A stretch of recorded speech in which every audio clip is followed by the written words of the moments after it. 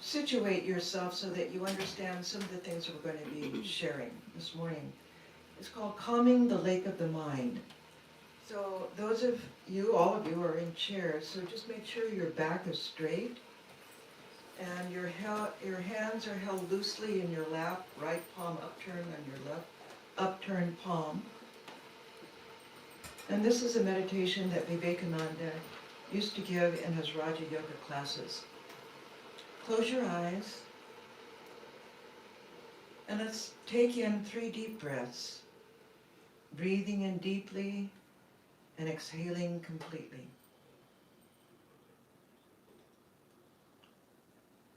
Picture the mind as a calm lake stretched before you.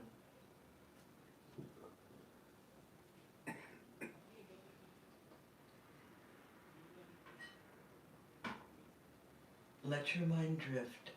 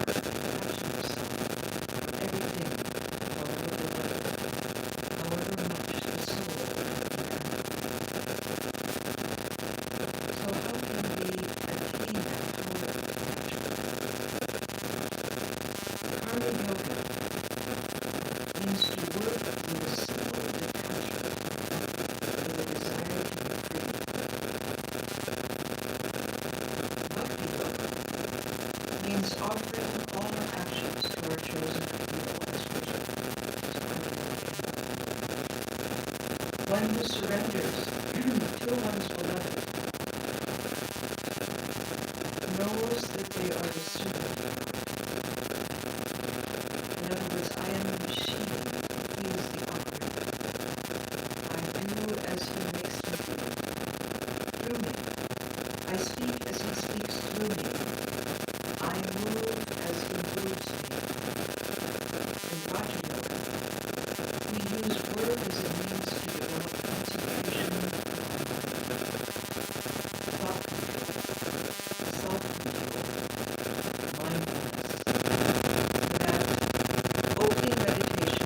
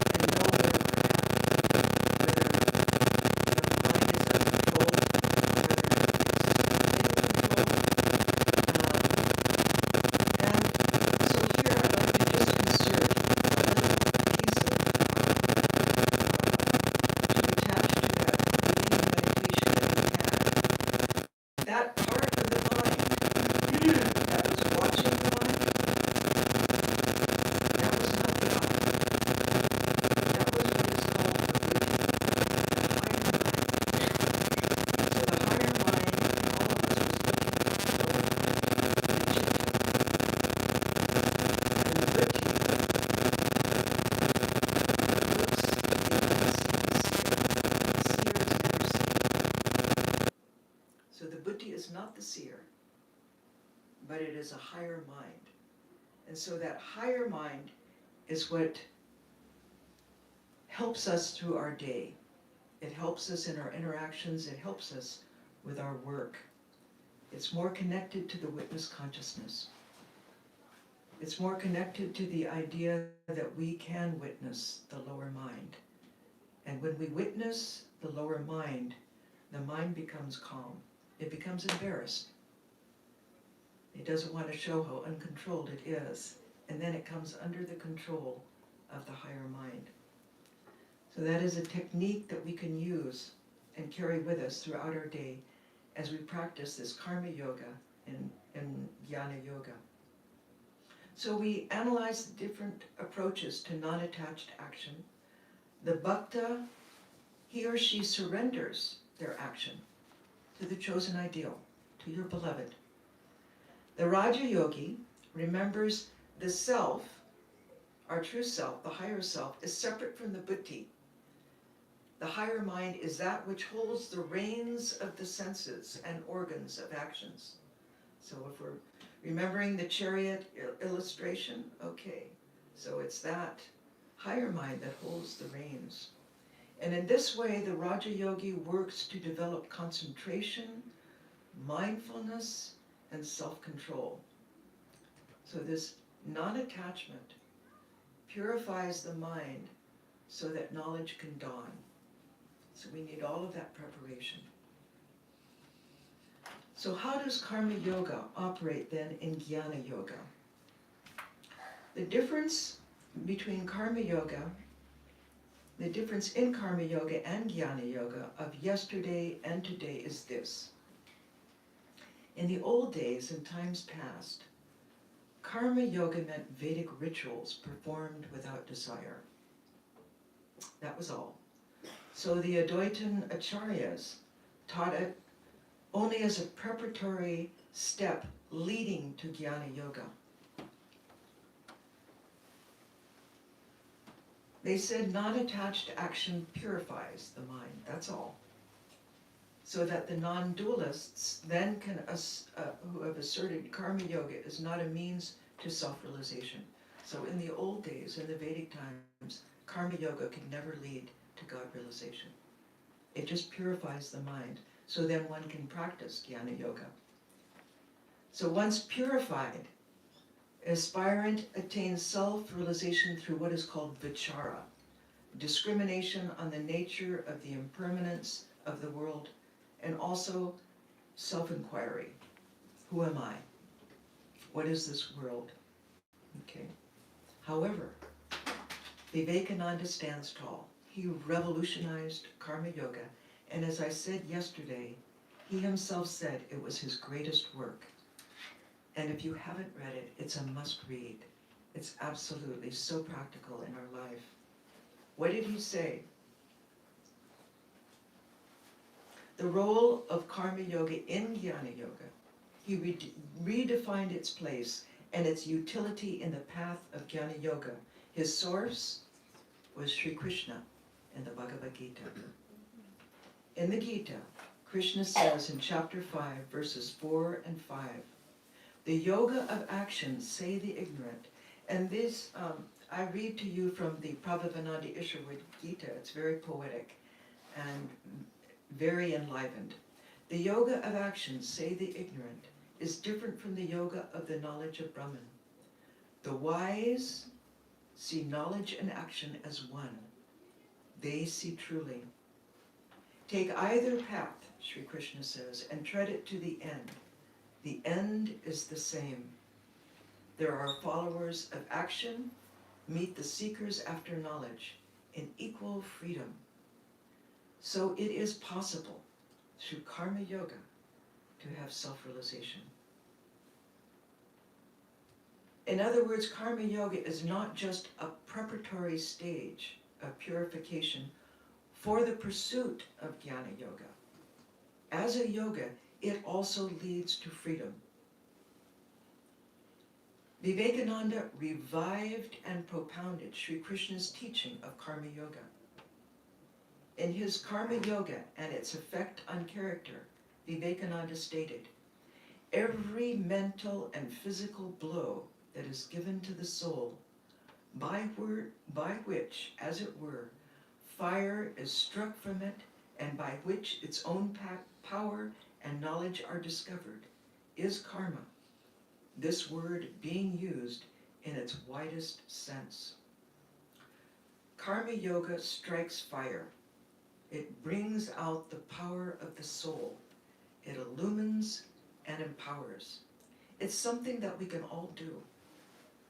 And if we engage in Karma Yoga in this way, we find out about ourselves, where we can improve, what our strengths are, what our weaknesses are, and how to move forward.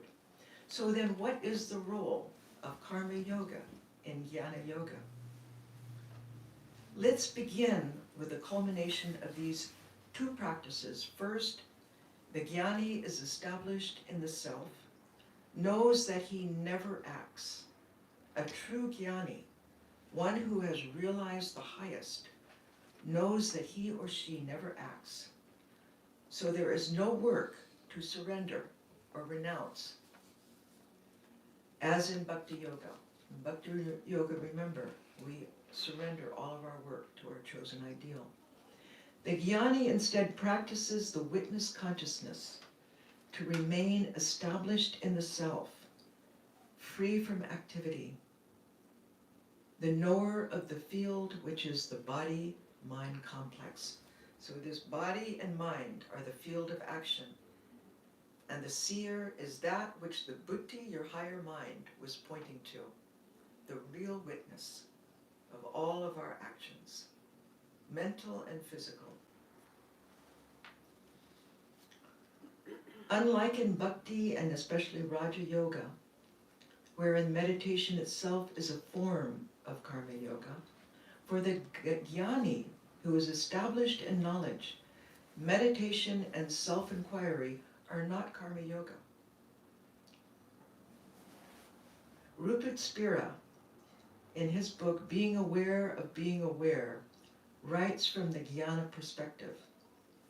And this book, Swami Sarvapriyananda and I shared the revelations about. It's a very good book to read.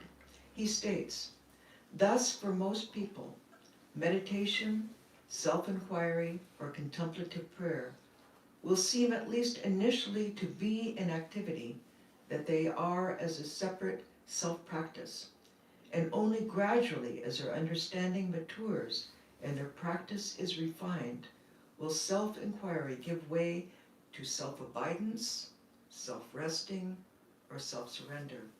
He continues, that is, only gradually, in most cases, will it become clear that meditation is what we are, not what we do, and that the separate self and finite mind is what we do, not what we are. So, in Jnana Yoga, we're jumping to the top of the tree. So, if you're more of a bhakta than a jnani, that's okay. But let's educate ourselves about this path, which also has something to offer to us.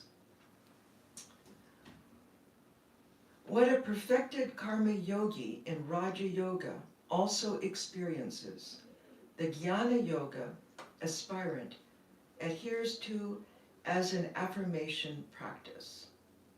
Sri Krishna describes in the Gita, 4th chapter, 18th verse.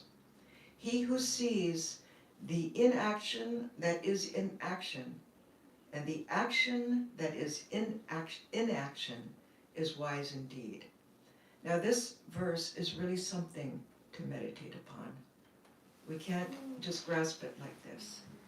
It is the nature of this self that is within.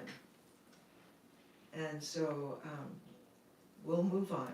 Swami Vivekananda calls this the secret of work and the goal of Vedanta. So from the highest standpoint, the jnani knows that he or she is not the actor. Swami Vivekananda says, when we come to that non-attachment, then we can understand the marvelous mystery of the universe, how it is an intense activity and vibration, and at the same time, intensest peace and calm, how it is work every moment and rest every moment. That is the mystery of the universe, the impersonal and personal in one, the infinite and finite in one. Okay, so let's try to unwrap this.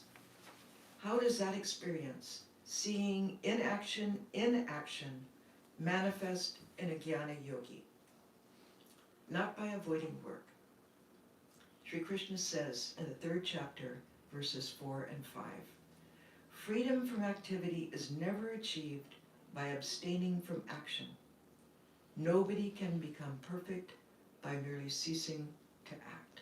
Okay? So we have to jump in and learn as we go. He goes on, in fact, nobody can ever rest from his activity, even for a moment. All are helplessly forced to act by the gunas. So we know about the gunas in the mind. When we're restless, that's Raja Guna. When we're slothful, that's Tamo Guna. And when we're completely even-minded, that's Satsaguna. Freedom from activity is often misunderstood. Some aspirants think to meditate on God without distractions, they must retreat from the world. But those who try to escape usually don't progress in spiritual life. Where is the world? It's in the mind. We can't run away from the mind. We take it with us wherever we go. Swami Ashokananda, who was a great Advaitin, he was in Mayavati for some time, and he received a Shakta initiation from Swami Vivekananda. He said, keep constantly occupied, work. See how Sri Ramakrishna made Holy Mother work. She was always busy. Both of them were Gyanis par excellence. Gargi, Marie-Louise Burke, was a disciple of Swami Ashokananda, said, I thought only people in a low state like me had to work all the time, so as not to degenerate. Swami Ashokananda answered, do you think knowers of God don't work? Have you got some idea that you will reach a point where you can just sit back and dream? That is your goal? No. You will always have to work. The spiritually enlightened feel that they are not working. They are the witness, but their bodies and minds are intensely active. So that is a very, very high state of karma yoga.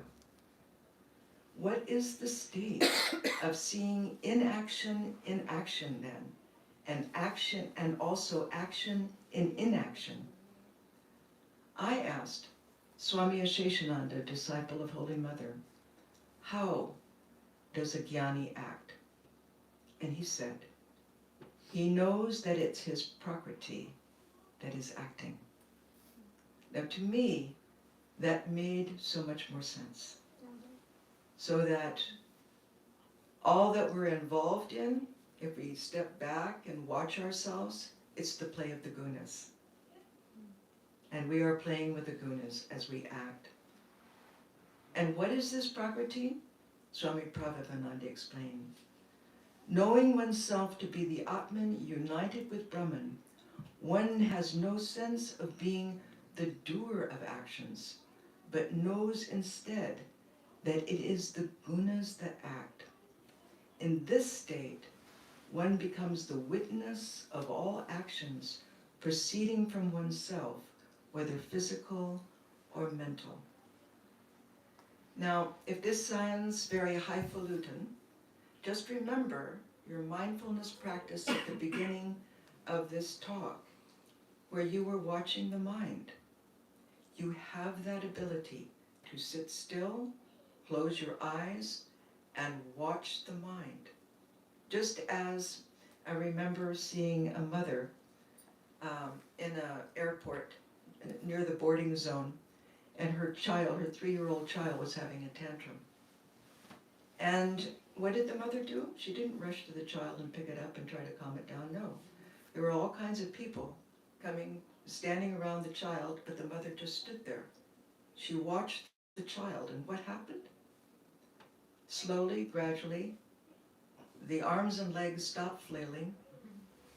The child eventually just calmed down and lay there, and then the mother picked it up. And so also at the beginning of this talk, you were watching the wilderness of the mind, you know, the random thoughts. The mind does not think logically. Just impressions. You could hear the children in the other room were distracted by that, then come back to just flashes of little thoughts, but you were watching it. And in the process of watching it, the mind was becoming calm. And then we're able to gather the forces of the mind and bring it into the heart and meditate. And so also as a beginner in this Jnana Yogi aspect of karma yoga, we can watch ourselves as we're working and ask ourselves, who am I working for? Am I working for myself? Or am I working for something higher? And who is it that's working? Who is the doer? So what is the state of seeing inaction in action, and action and inaction? Prakriti is composed of the three forces called the gunas, sattva, rajas, and tamas, which operate in the psychic and the physical world. In the physical world, sattva embodies equilibrium, rajas the active principle, tamas solidity and resistance. In the human mind, sattva expresses itself as tranquility and purity, rajas as passion, restlessness, tamas as stupidity, laziness, and inertia. So the knower of Brahman transcends the three gunas, including sattva. And what does this mean? In the Gita, again, 13th chapter, verse 14, Sri Krishna explains, doing the tasks of each sense, yet himself devoid of the senses, standing apart, he sustains, he is free from the gunas, but feels them. Swami Prabhavananda explained, in this passage, Sri Krishna conveys a beautiful meditation. Brahman is the witness of the function of the gunas. Because of his presence within us, our senses are active. We cannot blink our eyes without that presence, yet we think we are independent of God. He goes further. That is why the purpose of spiritual practice is to renounce the ego, which hides the divine presence. We must strive to feel that reality behind our five senses. God is. With every breath, we must strive to feel that without him, we cannot breathe. As Swami Vivekananda exhorted, do not seek for him, just see him. So what does this mean? In the Gita, 14th chapter, verses 22 to 25, Krishna tells us, a man is said to have transcended the gunas when he does not hate the light of sattva, or the activity of rajas, or even the delusion of tamas, while these prevail, and yet does not long for them after they have ceased. So we become the witness. The verse goes on, he is like one who sits unconcerned and is not disturbed by the gunas. He knows that they are the doers of all action and never loses this power of discrimination. He rests in the inner calm of the Atman. So we can be like the mother, watching the child having a tantrum. And in spite of all the bystanders coming around watching our child, we remain calm and stand above the child, observing the child all the time until the child of the mind eventually quiets and we're able to pick it up and proceed to the boarding. Swami Vivekananda says, this is the Jnani, who in the midst of the greatest silence and solitude finds the intensest activity, and in the midst of the intensest activity finds the silence and solitude of the desert. See, the mother was never embarrassed. She remained calm all the time. It didn't matter who was coming to look at her child. She remained attached. He has learned the secret of restraint. He has controlled himself. He goes through the streets of a big city with all its traffic, and his mind is as calm as if he were in a cave where not a sound could reach him, and he is intensely working all the time. That is the ideal of karma yoga. And if you have attained to that, you have really learnt the secret of work. Swami Vivekananda felt that what best represents inaction in action and action in inaction is Sri Krishna himself on the battlefield of Kurukshetra. Gita personified, the higher self personified, his right hand in the Chin Mudra, the gesture of imparting wisdom. Swami Vivekananda posed before a friend as he felt Sri Krishna should be portrayed. He said, "See how he holds the bridle of the horses, so tight that they are brought to their haunches with their forelegs fighting the air and their mouths gaping. This shows a tremendous play of action." He goes on, Sri Krishna, whip in one hand and tightening the reins with the other, turns towards Arjuna with his childlike face beaming with unworldly love, a calm and serene look, delivering the message of the Gita to his beloved comrade. This is right in the middle of the war. This picture of the preacher of the Gita conveys intense action in the whole body, with a face expressing the profound calmness and serenity of the blue sky. And what power that mother had over her child. What power? Disregarding all the bystanders' concerns, disregarding the child's tantrum, just watching. Swami Vivekananda explained the metaphysical secret behind the spiritual dichotomy in a November 1895 London lecture, Jnana and Karma. There are three states of mind, he said, the active, the passive, and the serene. The passive state is characterized by slow vibrations, the active by quick vibrations, and the serene by the most intense vibrations of all. Know that the soul is sitting in the chariot. So the Atman is there in the chariot. The body is the chariot. The outer senses are the horses, and the mind the reins, and the intellect the charioteer. So this higher mind, the buddhi, is the charioteer, but the inner self is sitting within. The greatest manifestation of power lies within the mind of the knower of Brahman, who has conquered his senses.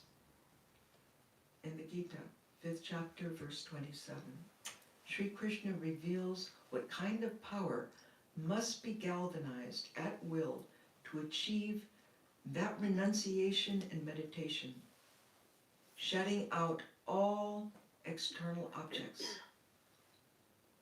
which you did.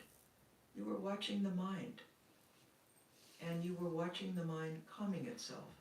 Usually we sit for 5 or 10 minutes watching the mind. The mind also is very agitated. It takes a little bit longer to bring it under control, but we can't bring an uncontrolled mind into the heart. The mind has to first be calmed. The idea is when the mind is deeply controlled, there is the sense of being in an inner space where all contact is outside and unable to get in. The jnanis, after leaving their seat of meditation, can take that spirit of meditation then with them throughout the day.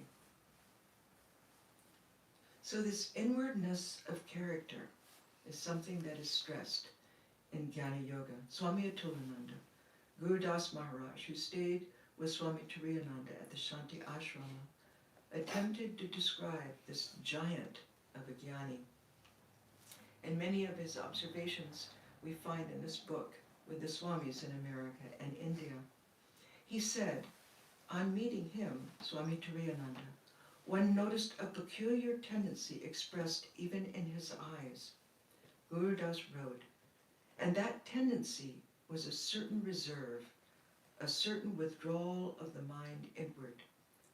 Part of the mind that was exercised outwardly was used to meet the demands of the external world, but another part was occupied on another plane and was not allowed to mix in the experiences of everyday life. This gave to his eyes often a faraway look, and in contact with people it often made him appear absent-minded. Once Swami Turiyananda asked someone, "Who enjoys the show, the actor or the spectator. Learn to be the witness. Stand aside and see the play. Don't get involved. Don't talk much. Speech is silver. Silence is golden. Look and listen attentively. Many want to talk. Few care to listen. So these are all tidbits for us striving for the path of jnana, for the path of balance. The jnani is unaffected by the pairs of opposites, even-minded in success and failure. That's a trick. When failure comes, we're not forlorn. When success comes, we're not overly elated. The pairs of opposites. In the Gita, 4th chapter, verses 19 and 20, the seers say truly that he is wise, who acts without lust or scheming for the fruit of the act. His act falls from him. Its chain is broken, melted in the flame of my knowledge. Turning his face from the fruit, he needs nothing. The Atman is enough. He acts and is beyond action. One beautiful karma yoga practice in Jnana Yoga was divulged by a great Vedantin, Swami Triyananda. One young monk asked him, "How should I study the Gita?" Swami Triyananda said, "Each week, take one verse, memorize it, and live it for a week. That is how you study the Gita." So what happens? For example, in the 2nd chapter, very famous section of the Gita, when Krishna explains to Arjuna how a knower of Brahman speaks, sits, walks, behaves, how an illumined soul performs action. If and when we memorize and internalize those verses from such a living scripture, they work on us. They transform us. And as we carry each verse with us throughout the day, it sinks deep into our mind and actually begins to modify how we speak, how we sit, how we walk, how we behave, from the inside out. It actually invokes a mood of jnana into our actions and silently transforms our actions. And as a wonderful example, the former president of our Vedana Society in Dallas asked me to give her a private class on the Gita. And I said, I don't have the time to give individual classes, but this is what Triyananda said is a self-taught class. And so I told her, you become the commentator when you do this. You don't need an outside commentator. You take up a verse from the 2nd chapter, you memorize it, and you live it. And then you come back and tell me, what you've learned. And after a period of time, she came to me and was laughing. She said, my husband put nuts in the Cuisinart and almost destroyed the Cuisinart. And I got so mad at him. And then all of a sudden, I remembered the verse from the Gita, and I started to laugh. And she said, it really does work. It does work. Yes, it does. And instead of seeking answers outside, you become the commentator, and what happens is that verse starts to modify your actions, it starts to modify the way your mind works, it changes you. And so when we carry that verse throughout the day, it sinks deep into the mind. And we learn from the inside out what Jnana Yoga is. as best as our ability. Jnana yoga is a very, very high state.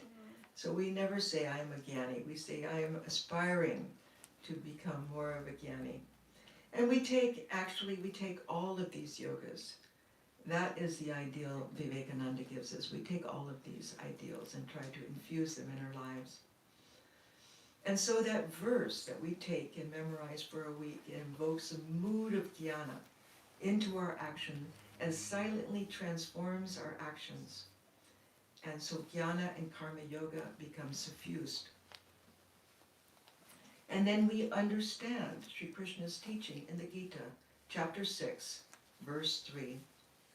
Let him who would climb in meditation to heights of the highest union with Brahman take for his path the yoga of action. Then when he nears that height of oneness, his acts will fall from him, his path will be tranquil. With the attainment of jnana, all karmas drop away. In the Mundaka Upanishad, we read, the knot of the heart, which is ignorance, is loosed. All doubts are dissolved. All evil effects of deeds are destroyed when he who is both personal and impersonal is realized. So karmas of this life and past lives are attached to our mind. We may not remember all of the actions of our past lives, and we shouldn't try to. With the fire of knowledge, karmas are destroyed, and the seeds of future karmas are burnt. Except for prarabdha karma, which is why knowers of Brahman live out the span of their lives. And as I shared with you yesterday, there was one Swami in our order who I knew was a jnani. There have been a number of jnanis in our order when I was a young nun, many. But this one in particular, I wanted to meet, Swami Nirvanananda. And what was he asked? Have you attained that? And what did he say? I have surrendered everything. Through the grace of my Guru, through Sri Ramakrishna's grace, I have surrendered everything. In other words, when he said the word I, that I was coming from a far distant place. It was the I of the higher self. It was something to behold. The jnani who resides in the self knows its gunas. It's the gunas that act. And it is not at their behest and requires very little sleep. Swami Shivananda said, we saw how little the master slept. Now and then he might get an hour or half an hour of sleep at the most. Most of the time he was in samadhi, and the remaining time he spent in spiritual moods. Though unsurpassed in his attainments as Brahmajnani and as the Vijnani, Sri Ramakrishna was thorough about attending to details while in the normal plane of consciousness. So a jnani, a Vijnani, is not a lackadaisical, lazy person. Don't be fooled. Sri Ramakrishna made the temple manager provide him with prasad every day. And this surprised Yogi, because Ramakrishna didn't care much for eating due to his delicate digestion. So was he exhibiting petty tendencies of his priestly class? Sri Ramakrishna explained. Rani Rashmani bequeathed her estate to this temple, so offerings could be distributed to devotees and sadhus. Offerings that come to my room are distributed in this way, but priests sell their share or give to their mistresses. Therefore I fight for the share that comes here, so that Rashmani's wishes may be partially fulfilled. So if we're aspiring to become jnanis, we also pay attention to detail. We're meticulous in household manners. And he trained his disciples to also be so. Every Swami that I've been trained under, absolutely meticulous in detail. And to serve Swami, one had to become meticulous. I used to serve him breakfast in the morning, and I was very young.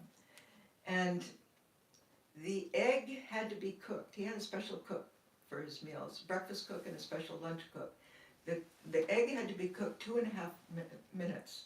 He knew if it was cooked longer or shorter. And my job was to crack the egg just right so that no shell got into the bowl, and to pour his coffee, to stir his coffee, to stir. And by the end of it, I was so shattered, I'd have to go to my room. But it was that time that I learned the importance of being meticulous in action. It carried with me throughout my monastic life, up to the present day. And at that time, serving him breakfast, he would teach. He would scold.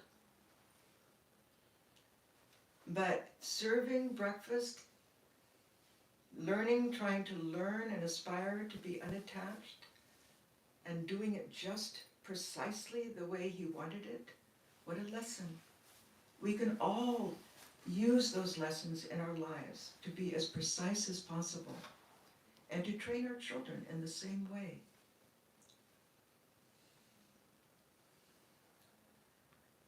Sri Ramakrishna taught them to use their discrimination in spiritual and worldly matters. Once Yogin went to buy an iron pan and blindly trusted in his religious feeling of the shopkeeper, so he didn't examine the pan, and you all know the story.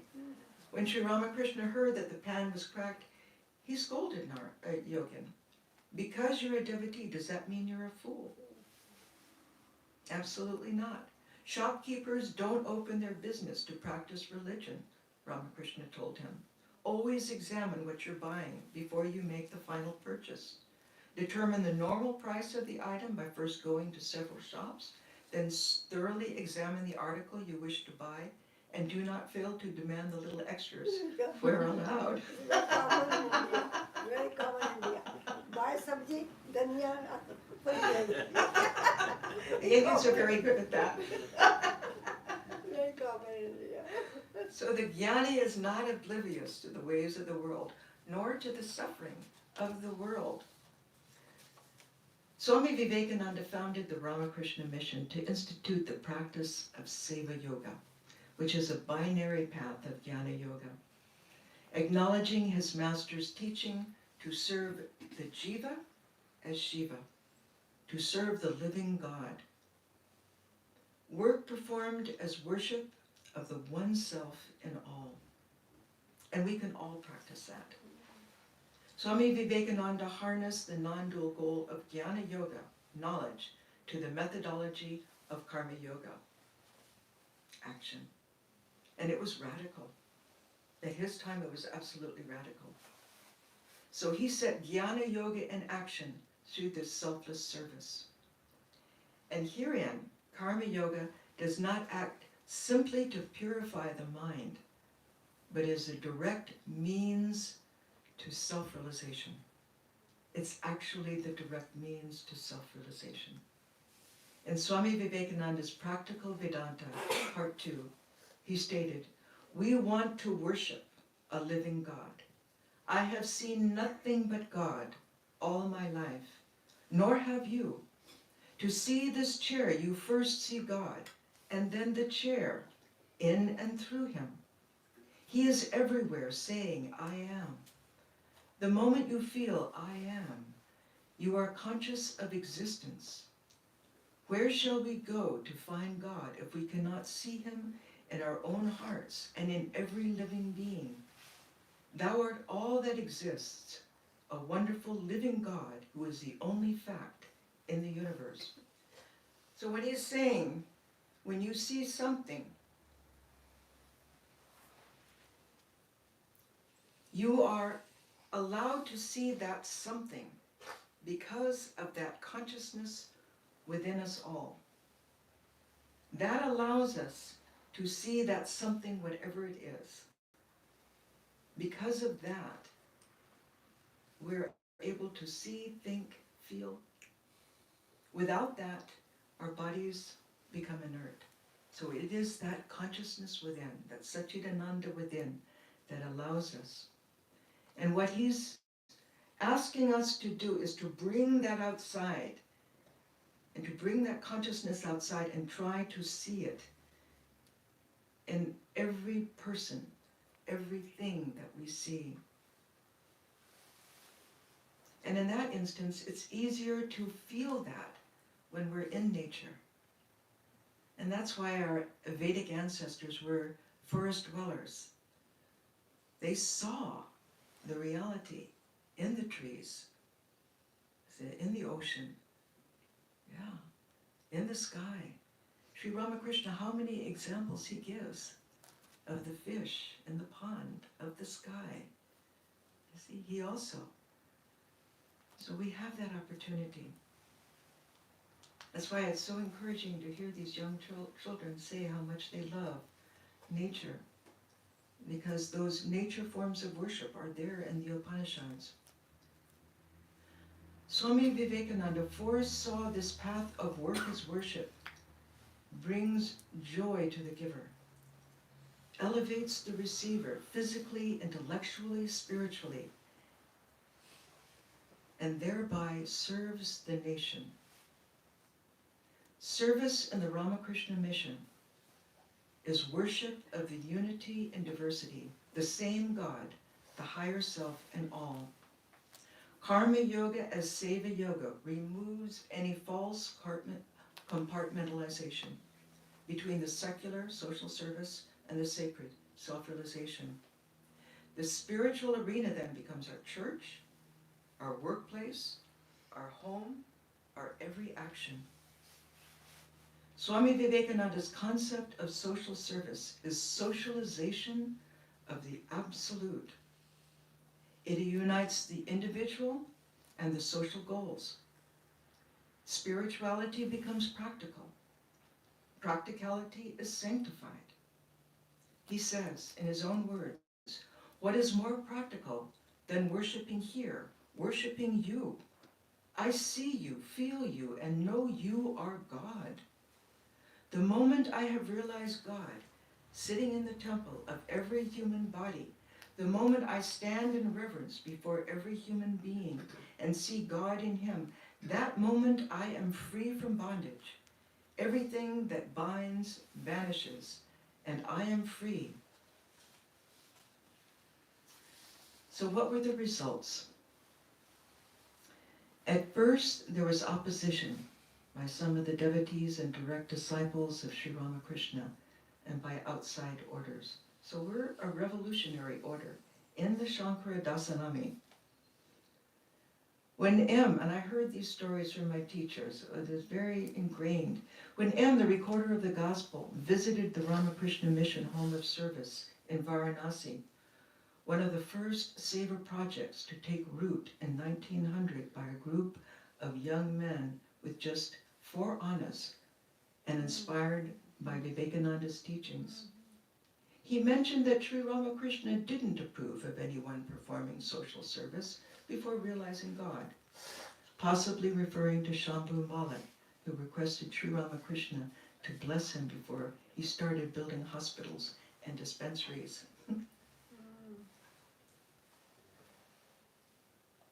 And Sri Ramakrishna did tell him, it would be good if you can do these things in a spirit of detachment. But that is very difficult. Whatever you may do, you must always remember that the aim of this life of yours is the attainment of God. But Swami Brahmananda, hearing M's comment, requested the young monk to inform M. Mother, meaning Sri Sarada Devi, has just told us that the activities of the home of service were service to the Master himself, and that he was tangibly present here. Now what do you say? M laughed. How can I deny it anymore? Now here is the history of our order. At the turn of the 20th century, Swami Vivekananda's disciples, Kalyanananda and Nischayananda, worked to establish the dispensary for the sadhus, the poor, and the untouchables in Kankal. Orthodox sannyasins of the Shankara order shunned both swamis as scavenger monks, defiled by breaking caste and touching the excreta of those who were ailing. But Swami Dhanaraj Giri, the abbot of the Kailash Mat of the Shankara order, observed their selflessness. And in 1903, he encouraged two wealthy businessmen to finance the construction of the hospital ashram for their medical relief work. The abbot also invited both swamis as his honored guests to the traditional congregational feast of the Shankara order, and up until that time, they were shunned. They were not invited. So with such support and recognition, the Ramakrishna order and Swami Vivekananda's reform monasticism became officially accepted by the traditional Shankara Dasanami sannyasins. Seva of the living God produced the tangible transformative effects on the character of those who served. In the 1890s, Swami Akhandananda started an education campaign in Khetri for the poor, famine relief in Murshidabad, and an orphanage in Sargachi. Inspired by one doctor's seva for the poor and his prayer, "O Lord, I do not want any kingdom, nor heavenly pleasure, nor even escape from rebirth. I do want the affliction of all beings tormented by the miseries of life to cease. O Lord, is there any way I may enter into the hearts of all beings and always share the burden of their sufferings?" Swami Vivekananda praised his brother monk. To a disciple he said, "Look what a great hero he is in work. He is unaware of fear and death, and doggedly does his work for the good of many and for the welfare of all. It is true, power comes through practicing austerities. Again, working for others is also austerity. The practice of austerity intensifies altruistic feelings in an aspirant and actuates him to unselfish work. So also the pursuit of work for the sake of others purifies one's heart, and that leads him to the realization of the Supreme Atman." This is the words of Vivekananda. One day, when Premananda, direct disciple of Ramakrishna, was about to start worship in the Bellarmat's old shrine, Swami Vivekananda came to the shrine to prostrate before the Master. He said, "Brother, all these days you have been worshipping the Lord with flowers and sandal paste. Now start worshipping the living God." A brahmachari took over the Swami's puja, and Premananda went out into the village of Belur, found an old sick widow, offered her treatment from the monastery's charitable dispensary. She refused. Then he came across a few unwashed children and brought them back to the monastery. He cleaned them with soap and water, fed them, and sent them back home. Later he divulged his experience to Swami Vivekananda. He said, "When I was serving them, I felt I was actually serving the Master through living gods." So this is the ideal of Seva Yoga. For some, complete self-forgetfulness in worship. For others, it becomes the Sarva Mukti ideal.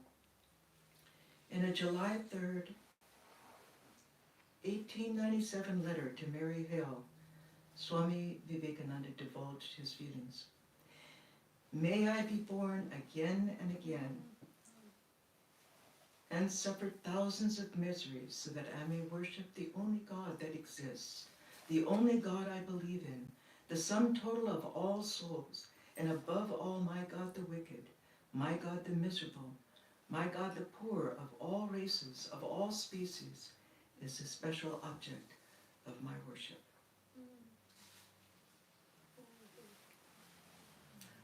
Om Shanti Shanti Shanti. Peace, peace, peace. questions or comments? The story of those disciples of Vivekananda is so inspiring to me, how they went out and how they were ostracized, you see, until swamis of other orders who were ailing also had to be hospitalized in our hospitals until they saw the transformation of character on their faces. And Kankan, the hospital in Kankan near Hardwar, you know, the Swami, he was a doctor himself, the Swami is in charge. He would go to the streets, you know, the flower sellers, you know, pregnant. He would bring them, you know, have baby delivered and things like that, and he would do he would be there till, I don't know, he took me there one time, and he to just bless a child. Now, what do I do? But, you know, so I get some, but child goes somewhere. Swami Sarvagatananda, he was Yeah. sent there Yeah, he was sent there. by his guru. Yeah. Now it's Swami Dayadipanandaji Maharaj. Who? Dayadipanandaji Maharaj is the head of The Concall Center. Okay. the hospital. He's The a hospital. physician, so he's the head of the hospital. Oh, And okay. we are very fortunate, Mataji, in the last 2 years, our center was able to contribute meaningfully to both Kankhal Yeah. and Varanasi center. Oh, Yeah. wonderful. Yeah. They're- Wonderful. yeah. They're beautiful programs. I mean, old people, you know, the hospitals, very nice, yeah. But imagine, being called untouchables when they went out and they'd pick Yes, up, yeah. they'd go out Yeah, and find people on the street, they'd pick them up, they'd bring them back to all they had was an apartment in the beginning. yeah.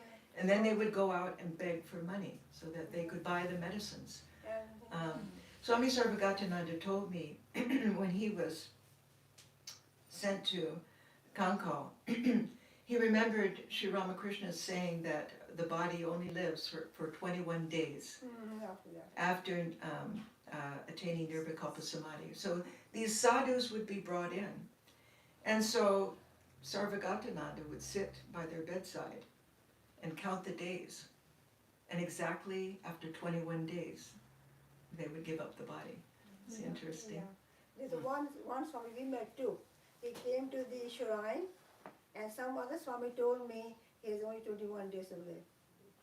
They're going to what? He has only 21 days to Yeah, live. 21. They Yeah, brought him to the Yeah. shrine yeah, on the wheelchair. yeah. So yeah, that is true anyway. And when Sarvagatananda was there, the hospitals were pretty primitive at that time. Didn't have what they have now, due to the wonderful donations coming from Yeah. the center. But yeah, it was hard work, pioneer work. But yeah, it's something to be really proud of. We changed what the Dasanami order means. Mother, you were telling children about being, strong but not, bully or anything like that. You know the story about Swami Sarvaganandaji shooting the monkey. Shooting the monkey? Do you remember the story? Which Swami? Swami Sarvaganandaji in Kankan. You I don't remember that Okay, story. now what it is, the monkeys were coming. And they're huge monkeys. Yeah, they're destroying, like an ape, destroying everything.